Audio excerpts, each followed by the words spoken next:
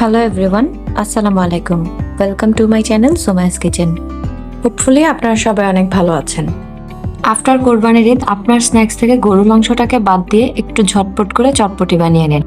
গরুর মাংস খেতে খেতে আপনার যে বোরিংনেসটা চলে এসেছে সেটা কাটানোর জন্য কিন্তু এই চটপটিটা একটা বেস্ট ওয়ে। কথা না বাড়িয়ে চলুন তাহলে রেসিপিটা দেখে নেওয়া যাক। চটপটির জন্য প্রথমে আমি ডিম আর আলু সেদ্ধ করে নিব। এখানে আমি মিডিয়াম সাইজের 3টে আলু নিয়ে নিয়েছি আর নিয়ে নিয়েছি 2টি ডিম। এর মধ্যে আমি হাফ চা চামচ পরিমাণ লবণ দিয়ে দিয়েছি। লবণ দিলে কিন্তু সেদ্ধটা পারফেক্টলি হয় এবং খুব জলদিও হয়। এরপরে দেখিয়ে দিচ্ছি আমাদের যে মেইন ইনগ্রিডিয়েন্টটা লাগবে সেটা। আমি হাফ কেজি পরিমাণ ডাবলি বুট নিয়েছিলাম আর এই বুটটাকে আমি 5 ঘন্টা মতো ভিজিয়ে রেখেছিলাম। চটপটি বানানোর ক্ষেত্রে আপনারা এটাকে যত বেশি সময় ভিজিয়ে রাখবেন ততই কিন্তু ভালো। চাইলে আপনারা আগের দিন রাতে ভিজিয়ে রেখে পরের দিন সকালে কাজ করতে পারেন। আর এই বুটটা কিন্তু আমি আগেই খুব ভালো করে ধুয়ে নিয়েছি। এবার এটাকে আমি পরিমাণ মতো পানি দিয়ে সেদ্ধ করে নিব।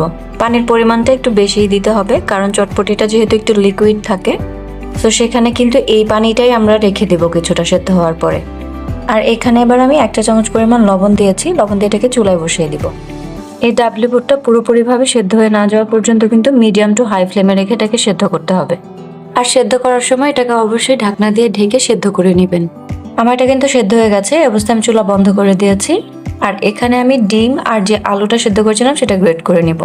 আরও কিছু ইনগ্রেডিয়েন্ট আমি দেখিয়ে দিচ্ছি। এখানে আমি শসা কুচি করে নিয়েছি কাঁচামরিচ কুচি, ধনেপাতা কুচি এবং লেবুর খোসাও আমি গ্রেট করে নিয়েছি। এই সালাদগুলো আপনারা আপনাদের প্রয়োজনীয় পরিমাণ অনুযায়ী কেটে নেবেন। এরপরে আমি টক বানানোর জন্য নিয়ে নিয়েছি তেঁতুল। আর তেঁতুলের টক বানানোর ক্ষেত্রে তেঁতুলের সাথে আমি রাঁধুনির যে রেডিমেড চটপটি মশলা পাওয়া যায় সেটা ব্যবহার করব। তেঁতুলের সাথে এবার আমি পরিমাণ মতো পানি দিয়ে দিব। এখানে আমি নর্মাল পানিটাই ব্যবহার করছি। তেঁতুলটা যেন ইজিলি মেল্ট হয়ে যায় সেজন্য কিছুক্ষণ পানিতে এভাবে ভিজিয়ে রাখবেন। ভিজিয়ে রাখার পর এটাকে হাত দিয়ে চটকে নিলেই কিন্তু এটা টকটা বেরিয়ে যাবে। দেখতেই পাচ্ছেন এখানে কিন্তু আমি এটাকে হাত দিয়ে ভালো করে চটকে নিয়েছি। ভালো করে মেশানো হয়ে গেলে আমি তেঁতুলের যে বীজগুলো আছে ওগুলো হাত দিয়ে উঠিয়ে ফেলে দিব।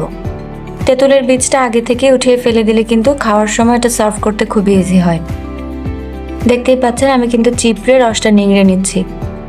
তেঁতুলের পানিটা এখন পুরোপুরিভাবে রেডি হয়ে গেছে।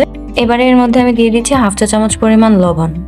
তারপরে দিয়ে দিচ্ছি হাফ চা চামচ পরিমাণ রাঁধুনি রেডিমিক্স মশলা। দিচ্ছি চিলি ফ্লেক্স হাফ চা চামচ পরিমাণ। ঝালটা কিন্তু আপনারা আপনাদের প্রেফারেন্স অনুযায়ী অ্যাড করবেন। এবার চামচ দিয়ে সবগুলো ইনগ্রিডিয়েন্ট আমি একটু ভালো করে মিশিয়ে নিচ্ছি। মিশিয়ে নিলেই কিন্তু ঝাল টকটা রেডি হয়ে যাবে। আর এই টকটা আমি কিছুটা থিক রাখার চেষ্টা করেছি। একদমই টলটলে টক কিন্তু খেতে ভালো লাগে না। হোপফুলি আপনারা দেখেই বুঝতে পারছেন এটার কনসিস্টেন্সি ঠিক কেমন হবে।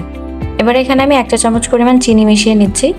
কেউ যদি ঝাল টকটা খেতে পছন্দ করেন সেক্ষেত্রে কিন্তু চিনি মেশানোর আগেই কিছু পরিমাণ টক আপনি আলাদা করে নিতে পারেন আর বাকি অংশে চিনি মিশিয়ে নেবেন। এক্ষেত্রে আপনার টক ঝাল এবং মিষ্টি ঝাল দুটোই রেডি হয়ে গেল। এই অবস্থায় কিন্তু টকটা পুরোপুরিভাবে রেডি হয়ে গেছে। এরপরে আমি দেখিয়ে দিচ্ছি আলু আর ডিম। সেদ্ধ করা আলু আর ডিম সবগুলোই কিন্তু আমি গ্রেটারে গ্রেট করে নিয়েছি। এবার আমি চটপটিটা রেডি করে নেব। চটপটি রেডি করার জন্য সেদ্ধ করা যে ডাবলি বুট আছে সেটা দিয়ে দিচ্ছি। আপনারা আপনাদের পরিমাণ অনুযায়ী নিয়ে নেবেন। পরিমাণ মতো ডাবলি বুট নিয়ে নেওয়ার পর এখানে আমি দিয়ে দিচ্ছি গ্রেট করে রাখা আলু।